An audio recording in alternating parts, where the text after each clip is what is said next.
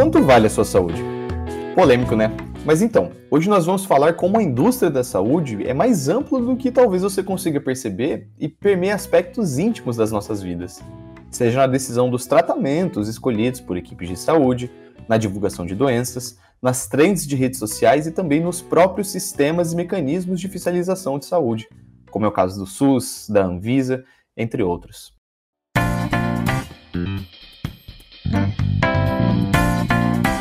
Bom dia, boa tarde, boa noite. Não sei de onde você nos escuta, mas eu sou a Nath. Que bom ter você aqui conosco. Eu sou o José Vinhotti. E eu sou o Guilherme Teobaldo, ou Theo, se preferir. E esse é o Psicologia de Quinta. Prepare os seus fones de ouvido ou o seu alto-falante e venha discutir com a gente o tema da semana.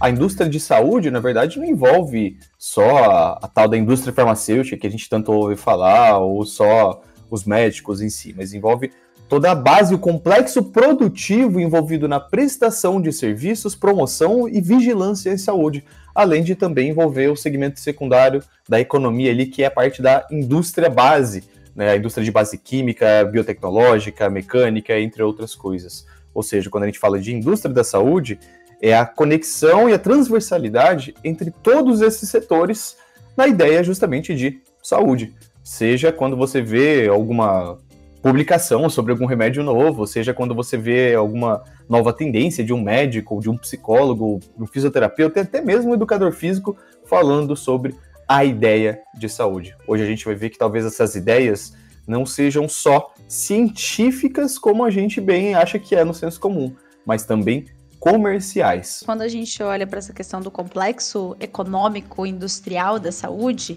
que é um termo que é utilizado pelo próprio Ministério da Saúde, a gente consegue encontrar todas essas informações justamente nos portais do SUS, né, que regulamenta todo esse complexo e que traz todas as aplicações que cada um desses setores tem que realizar, né? Quais são os papéis, quais são as suas atribuições, como que isso acontece em conversa com o SUS, desde o setor privado, setor público, e por isso tem tantas diretrizes, tantas regulamentações, e a gente vai conversar também sobre esse papel justamente da política pública também, tanto como fomentadora de algumas práticas de saúde, mas também como uma regulamentadora dessas práticas, né?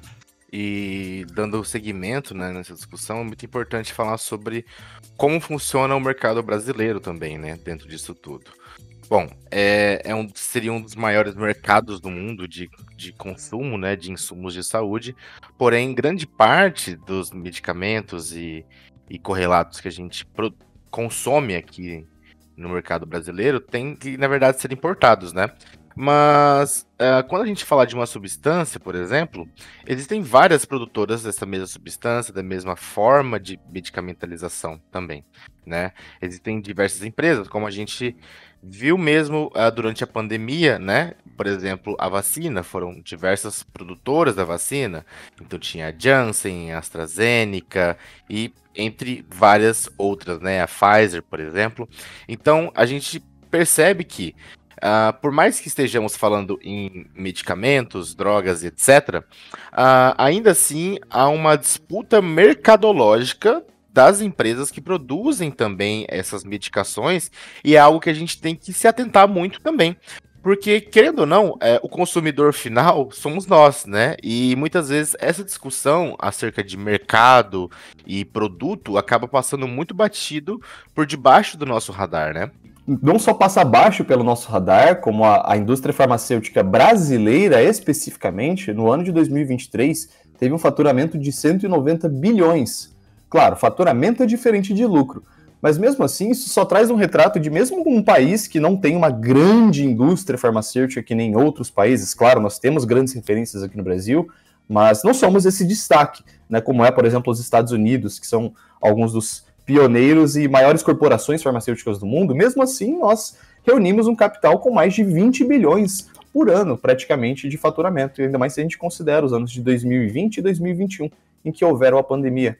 Ou seja, é uma indústria que gira muito dinheiro, que faz muita mercadoria rolar, e essa mercadoria, no final das contas, envolve você aí, envolve a sua saúde. E justamente, né, o Brasil ser refém dessas importações também mostra o quanto essas empresas investem nesse mercado brasileiro para também fazer esse comércio rodar aqui dentro, né? Recentemente teve uma notícia na UOL, né? Ela saiu no mês passado, sobre os milhões que a indústria da saúde paga aos médicos em viagens e presentes, né? Então, quem aqui já não foi num consultório médico e viu aquela famosa cena que é um rapaz ou uma moça, geralmente em trajes sociais, seja, né, de blazer, de calça social ou com uma saia social, e com uma maleta, né, uma maleta pretinha ou aquelas bolsas, né, de rodinhas mais sociais,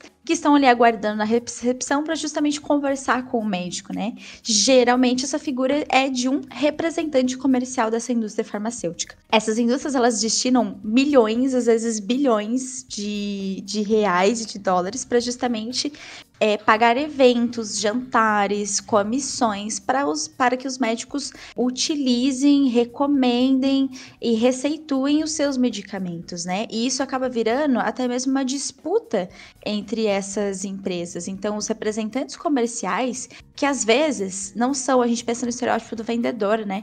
Mas às vezes são enfermeiros, são técnicos de enfermagem, são profissionais da saúde que começaram a atuar dentro dessas empresas, né, multinacionais farmacêuticas, como a Janssen, né, como a Novo Nordisk, entre outras grandes indústrias, empresas, para justamente... A própria Johnson & Johnson, né, que faz produtos cosméticos, mas que também entra no ramo de farmacêutica, né? Sim, que justamente é a Janssen, a gente não conhece ela como Janssen, né? Comercialmente a gente só conhece ela como Johnson & Johnson, mas é do mesmo conglomerado, né? E é justamente isso, é para sediar, eles têm metas de eventos, metas de almoços, quantos almoços corporativos foram feitos com esses médicos, para justamente converter esses números em venda do medicamento, né? Enquanto o público utiliza esse medicamento. Então é muito normal também acontecer de, por exemplo, você passar por uma consulta e o médico falar assim, não, mas não pega o genérico, porque o genérico é diferente. Né, o genérico é realmente diferente ou é porque daí ele não vai ter a comissão da venda daquele medicamento? E relacionando com esse assunto também, uma outra matéria interessante que a gente pode comentar é sobre a venda de dados, digamos assim, de quem consome esses medicamentos, né? Que é um esquema em que a farmácia capta os dados das receitas, vendem para umas empresas de dados que processam essas milhões de receitas, que passam para os fabricantes de remédio, que daí vão conseguir ter material e dados para tentar influenciar os médicos a passarem a vender os seus medicamentos. De certa forma, ainda não é regulamentado pela LGPD no Brasil, né? Então isso acontece a todo momento, né? Então na farmácia, quando chega a receita, tem o CRM do médico que receitou aquilo, tudo mais. Então, tudo isso compõe esse banco de dados enorme, né? Então, todo um processo em que eu verifico se esse médico recomenda a minha medicação e quais são as métricas dele, se ele recomenda muito, qual é o volume, etc. E aí eu consigo converter ele se ele não estiver recomendando, né? Então, por exemplo, se ele está utilizando de uma concorrente minha ou se ele está utilizando da minha. Então, todas essas são questões que compõem também essa visão mercadológica mesmo, né? Que é muito essencial e importante da gente ter acerca dessa indústria da medicalização, né? Então, não são apenas remédios porque eu tenho isso ou aquilo, né? Muitas vezes é esse remédio em específico porque os profissionais que estão utilizando dele acabam tendo uma troca, né? Tendo algo em troca. Então, se ao invés de eu recomendar um genérico, né, como a Natália trouxe, eu recomendo esse específico da marca X. E aí eu passo a trabalhar só com essa marca X. Porque no final do ano eu vou ganhar um curso ou uma viagem com hospedagem. Então, tudo isso é muito complexo e tem que entrar também nessa análise que a gente faz acerca desse mercado, né? Ou até mesmo além dessas viagens, daí entra um outro nicho de discussão que são as farmácias de manipulação. Porque daí vem todo esse discurso anti-indústria farmacêutica, né? Ah, mas porque da indústria farmacêutica ela só visa o lucro e tudo mais, e na verdade vem aquela lógica conspiracionista, né, de que o medicamento só serve para daí te dar um efeito colateral e você ficar refém de um outro medicamento. Mas daí, quando a gente fala dessa questão de que entrar vou quebrar com essa lógica da indústria farmacêutica, entra o manipulado. E aí muitos médicos têm feito parcerias com farmácias de manipulação. Alguns tiveram denúncia recentemente de até terem sociedade com algumas farmácias de manipulação. E aí eles manipulam receitas, eles passam receitas de manipuláveis que muitas vezes são compostos que nem fazem sentido para a doença ou para o tratamento da pessoa, né? Não fazem sentido para aquele quadro clínico, mas é uma lista enorme e é vendido como complementar, né? Eu sigo a Elisa Britsky, que ela é psiquiatra, pesquisadora já tá no PhD, mora no Canadá, e ela fez um fio falando sobre isso no Twitter, né, com algumas provas sobre esse grande esquema envolvendo médicos picaretas, farmácia de manipulação, vendedores de suplementos, etc. E o Léo Costa também é uma boa recomendação no Instagram, né, que fala de prática baseada em evidência. Ele sempre tá ali também relatando essas receitas que valem R$2.000 a manipulação daqueles compostos e que não tem um objetivo, tipo, aquilo ali serve pra quê? Por que você tá suplementando algo que não necessariamente num exame apresentou aquilo, sabe? E essa questão dos genéricos também, né, ela vem como questão da não recomendação dos genéricos para reforçar esse ideário comercial mesmo, né? Porque quando uma substância ela é entendida da forma genérica, o nome do remédio é o nome da substância, né? E quando é por uma empresa, eles têm um nome próprio, como é o caso do tão conhecido Viagra. O Viagra não é a substância, né? Quando é o genérico, é vendido como sildenafila, né? Então, é direto o nome da substância e não tem esse nome comercial da empresa, que às vezes fica famosa, né? Então, é o perfeito caso, né, da indústria da propaganda e comercial, de, por exemplo, a gente chamarmos hastes com algodão na ponta de cotonete. Cotonete é uma marca. Bombril. Gillette. Então a gente chama o produto direto pela marca. Então é uma tática comercial isso, né? E quando a gente consome o genérico, é direto a substância, não tem esse nome comercial. E dentro dessas empresas que coletam os dados, né, que eu comentei anteriormente, duas se destacam aqui no Brasil, né? Que é a Close-Up e a IQVIA, né? E segundo os dados, nessa base de dados da Close-Up, apenas 34% dos médicos receitam genérico, né? Essa alternativa mais barata e mais em conta para a população. E entre ortopedistas, neurologistas e psiquiatras, o percentual é ainda menor.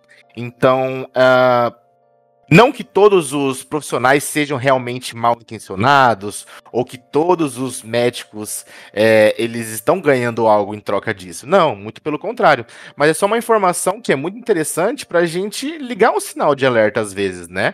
Ter um pouco mais de senso crítico e não aceitar de qualquer forma aquilo que é passado para a gente. Só deixando claro isso que o Zé comentou, de que isso aqui não é um podcast anti-medicação ou contra medicamentos normais sem ser genéricos, porque realmente às vezes podem existir diferenças substanciais na composição deles ali.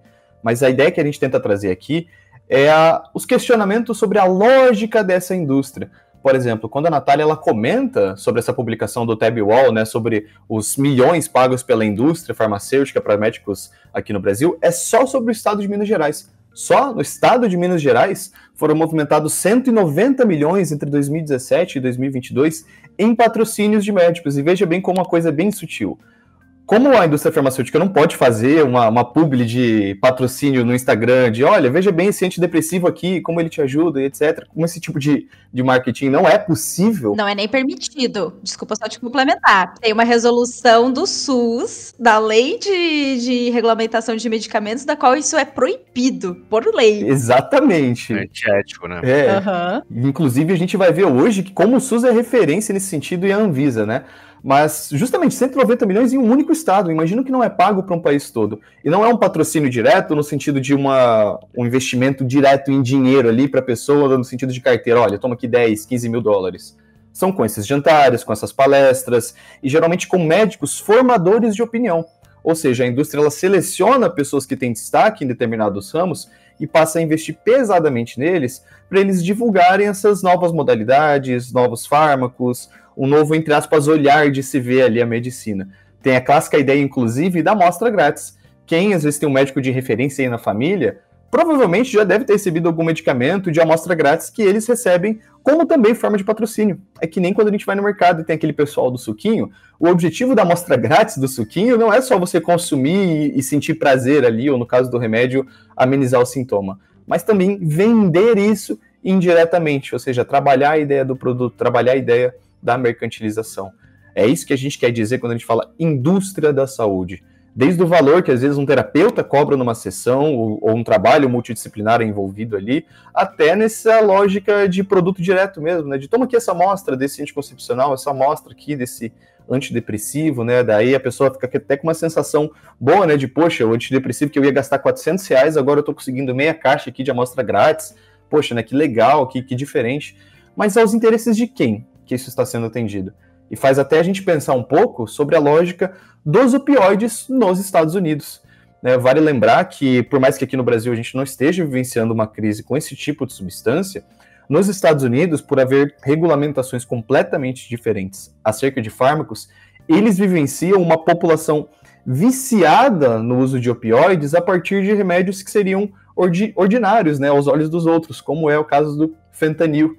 Né, que claro que já eu passo a explicar um pouco, mas essa ideia de uma crise de fármacos só foi possibilitada justamente por esse avanço da indústria e não regulamentação desses componentes. Aqui no Brasil a gente tem a Anvisa e nos Estados Unidos a gente vai falar de agências como a FDA e como a COD, né, que é o Centro de Controles e Doenças dos Estados Unidos, né? E é normal a gente ver, por exemplo, algumas publicações, algumas notícias que falam assim, nós temos medicamentos que são liberados no Brasil, mas que são proibidos no exterior, como, por exemplo, a dipirona, como, por exemplo, a sibutramina, né? Para o ibuprofeno, às vezes, você precisa de receita, né, para comprar no exterior e que aqui no Brasil você compra no caixa da farmácia, promoção, leve 3 e pague 1, às vezes, né? Que é a famosa Neosaldina, enfim, outros medicamentos assim que a gente conhece mais por um nome mercadológico também. Mas é muito comum a gente ter o comércio, por exemplo, desses analgésicos aqui no Brasil. E lá fora, eles são muito substituídos e às vezes não são comercializados, e aí entra essa questão dos opioides. A grande diferença é que quando a gente fala do opioide, o vício nesse medicamento, ele acaba escalonando numa proporção muito mais rápida do que um analgésico. Então, vou dar um exemplo aqui para vocês, para ilustrar a cabeça de vocês. Se eu tenho um problema de enxaqueca e eu faço um uso contínuo de um analgésico, como por exemplo uma dipirona, eu posso camuflar os meus sintomas da enxaqueca, que pode ser algo muito maior, e encarar ela só como uma dor de cabeça normal. Então, o tratamento dessa minha enxaqueca, ela pode se delongar por conta desse uso contínuo de medicamento. E é muito comum eu começar eu começo a tomar 50 miligramas de dipirona, daqui a pouco eu tô tomando 100, daqui a pouco eu tô tomando dipirona mais cafeína, né? E isso acontece com vários outros medicamentos. Quando a gente fala dessa crise dos opioides, por exemplo, do fentanil, né? Que foi o mais comercializado nos Estados Unidos e que foi responsável por mais de 110 mil mortes só em 2022, por taxas de overdose, é porque ele tem um funcionamento muito similar à morfina. Então, a gente está falando de um tipo de medicamento que é muito mais potente, com teor de muito mais vício e de recorrência de acontecer no nosso organismo, e que vai levar essa acomodação sensorial da dor de uma maneira muito mais rápida. Para vocês terem uma ideia, não é que esses medicamentos não são utilizados no Brasil, mas eles só são utilizados dentro do âmbito hospitalar, eles não são comercializados numa farmácia, por exemplo. Ou seja, né, você passa um fármaco para a pessoa com origem de um opioide e, a princípio, a pessoa utiliza esse fármaco, mas depois de meses, depois de semanas, que, claro, passaram a restringir também limitações no uso lá nos Estados Unidos, a pessoa passa a recorrer a drogas não controladas, como é o caso da heroína. Ou seja, as pessoas consomem ali o que seria o equivalente a dipirona, ao olhar deles, mas claro que não é, uma dipirona, e no final das contas acaba utilizando injetáveis, como é o caso da heroína, e aí se tem essa grande crise dos opioides nos Estados Unidos. Como é interessante a gente sempre trazer a história para discussão, né? Quando a gente fala da crise dos opioides nos Estados Unidos hoje, não é algo que começa hoje, né? No século XVIII, XIX ali, a gente teve a guerra do ópio entre a Grã-Bretanha e a China, que era a grande produtora de papoula, né? Que, para quem não sabe, é a planta e a flor que produz o ópio de fato, né? Desde sempre, a Europa e a América tiveram grandes problemas com o consumo do ópio, né? Porque ele causa uma alta dependência química. No início, era comercializado como uma droga realmente, né? Como um analgésico, mas mais no sentido de um uso mais recreativo e etc. Não só um uso, né, terapêutico como é proposto hoje em dia, né? Então, com o passar dos anos, o que acontece? Com a globalização, não é mais necessário uma guerra por uma disputa acerca do ópio. Porém, a população que consome as hoje medicações ainda sofrem uma grande dificuldade de lidar com isso, né? E não são raros os casos que a gente vê na década de 70, 80, 90, na Europa, grandes problemas com a heroína, como o Theo trouxe aqui, né? Hoje nos Estados Unidos. E tem várias produções cinematográficas que retratam isso de certa forma também, né? Tem aquele grande e famoso filme, o Trainspotting, né? Que fala basicamente sobre heroína. E tem um filme muito interessante também que chama Requiem para um Sonho, que também fala-se sobre a heroína, mas em uma das tramas secundárias, mostra uma mãe que ela vai ser chamada para o programa de TV favorito dela, ela vai ser convidada, e ela é super fã e tudo mais, mas ela não está satisfeita com o corpo dela. Então ela procura um médico para emagrecer, e esse médico receita algumas medicações para ela que nada mais são que anfetaminas. Bom, resumo da obra. Ela se vicia nas medicações e tem uma fortíssima crise de abstinência também. Esses filmes, eles são super pesados, mas eles retratam também, de certa forma, essa questão desse vício, né, em esses medicamentos à base de opioides também, né? Então, o que antes era...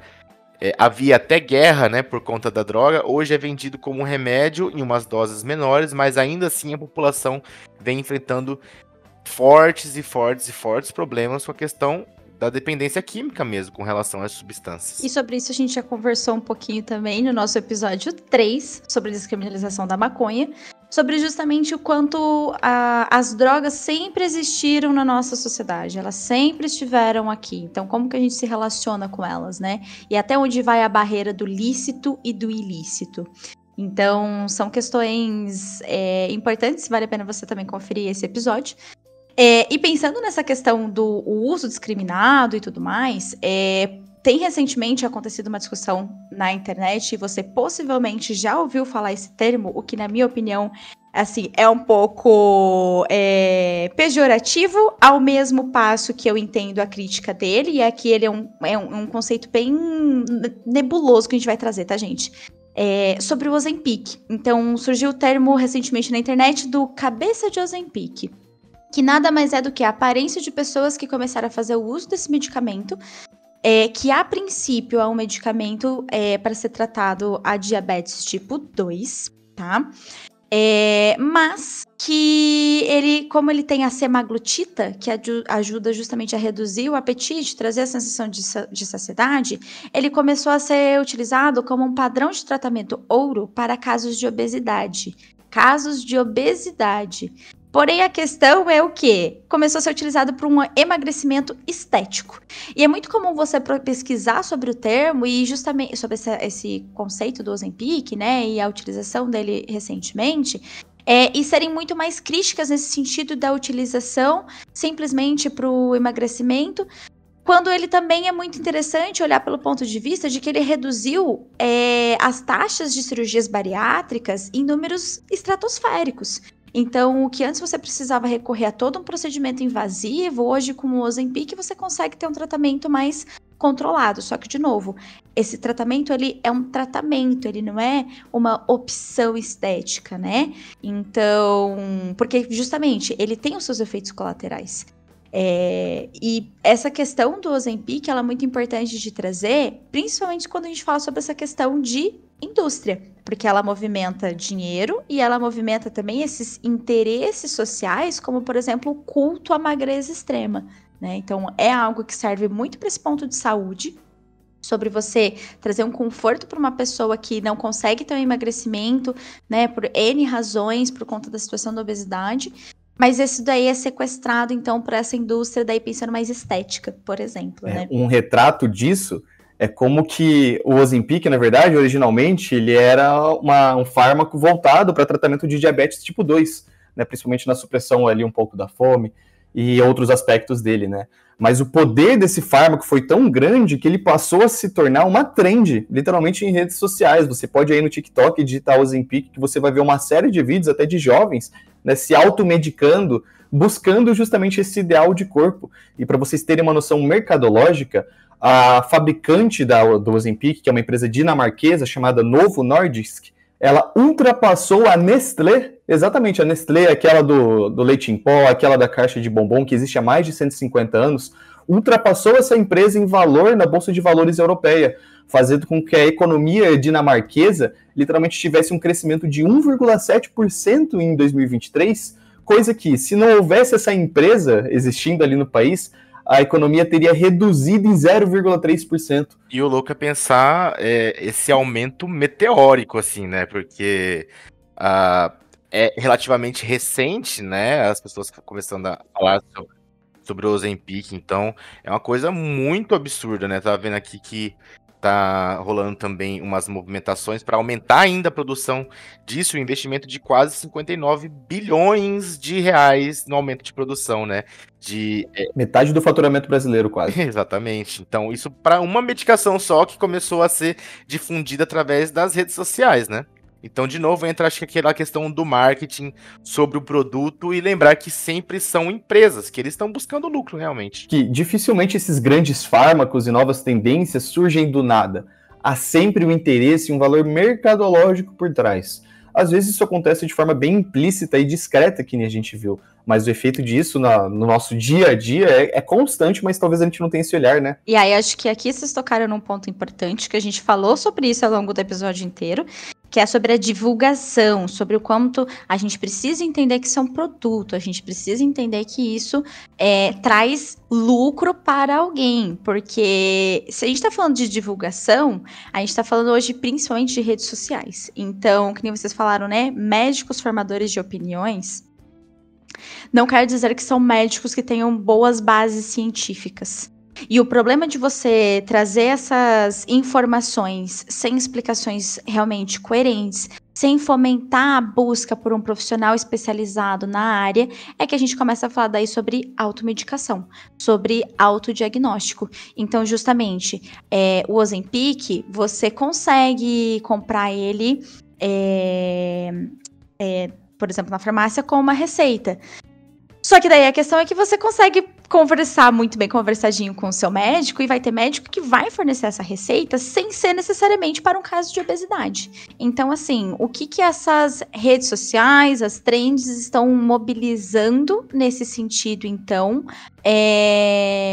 dessa automedicação? Porque, beleza, nós temos uma legislação que proíbe a propaganda de medicamentos, mas ela acontece. Ela ainda assim acontece. Por mais que pode não ter sido uma propaganda, mas pessoas famosas e influencers, digamos assim, que falaram sobre isso abertamente, né? Acabam, mesmo que se não foi uma propaganda, fazendo uma certa propaganda, né? Então, numa entrevista no Podpah, o Zé Felipe, ele comentou assim: eu dei uma emagrecida, tava com uma barriguinha de cocô. Se você põe uma roupa larga, não aparece, mas quando você tira, fica aquele lobozinho. Aí eu falei, quer saber? Vou tomar o Ozempic.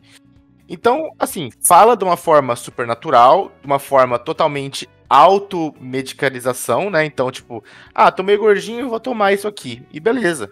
Ignorando todas as prescrições e os fatos do porquê se toma. Dane-se o problema de fígado que você pode ter depois sem fazer essa medicalização corretamente. Exatamente. O que importa é que não tem mais uma barriguinha de cocô, né? Então, a gente tira um pouco o peso do porquê tomar uma medicação, né? E se torna muito natural. Então, a gente cria uma sociedade altamente medicalizada, em que qualquer coisinha, qualquer pequeno sintoma, a gente vai e toma um remédio. Então, todo mundo tem um remédio para dor de cabeça, para enxaqueca, para o estômago em casa. E quando acontece alguma coisa, vai lá, toma e resolve, né? A questão é que essa lógica dessa automedicalização, ela pode ir se expandindo para cada vez mais remédios mais intensos que podem causar essa dependência, como a gente comentou anteriormente também, e que a gente tem que ter o senso crítico e a atenção redobrada para isso. Você foi falando da automedicalização e eu fui me lembrando de um caso clássico também, que é, por exemplo, o uso da Ritalina para concentração. Né? Ou seja, um fármaco que, claro, que um dos efeitos ele é a concentração, é o foco, mas que foi desenvolvido num outro intuito para se tratar um sintoma, para se tratar um transtorno mental de forma geral, é utilizado de forma indiscriminada.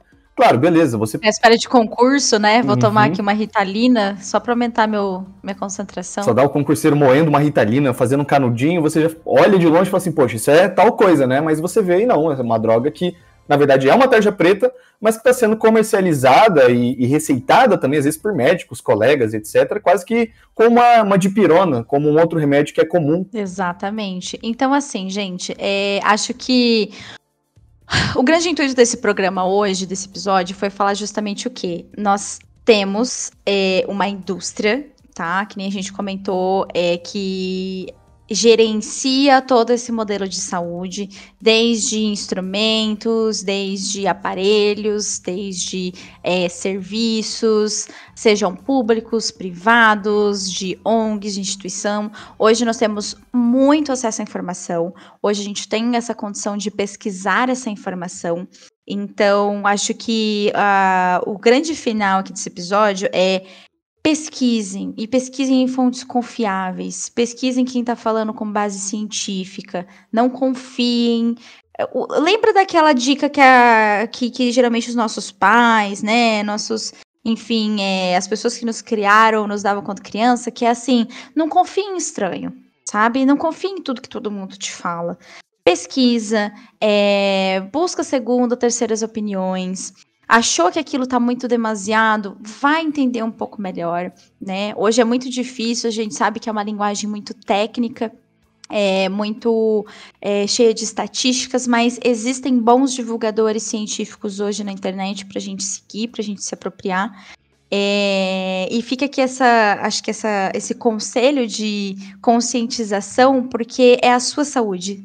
Ela pode estar sendo comercializada, mas ela vale muito mais para você do que para os outros. Então, busque informação de uma forma mais consciente, galera. Já dizia o ET Bilu. Busquem conhecimento, por favor.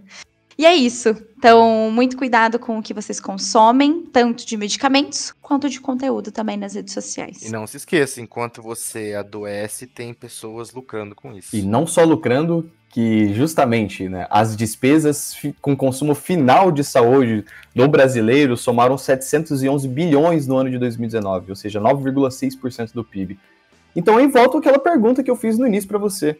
Você pensou quanto vale a sua saúde? Provavelmente é muita coisa, mas como vimos, é um gasto e uma ideia que parece ser discreta ao longo dos anos, mas que tem um peso enorme sobre a própria condução das nossas vidas. O pulso ainda pulsa.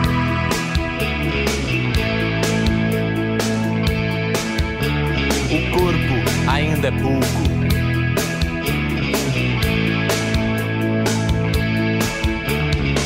Ainda pulsa.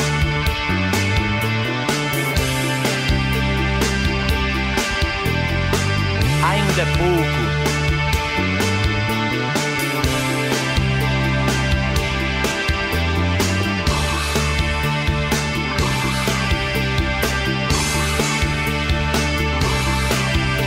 Assim.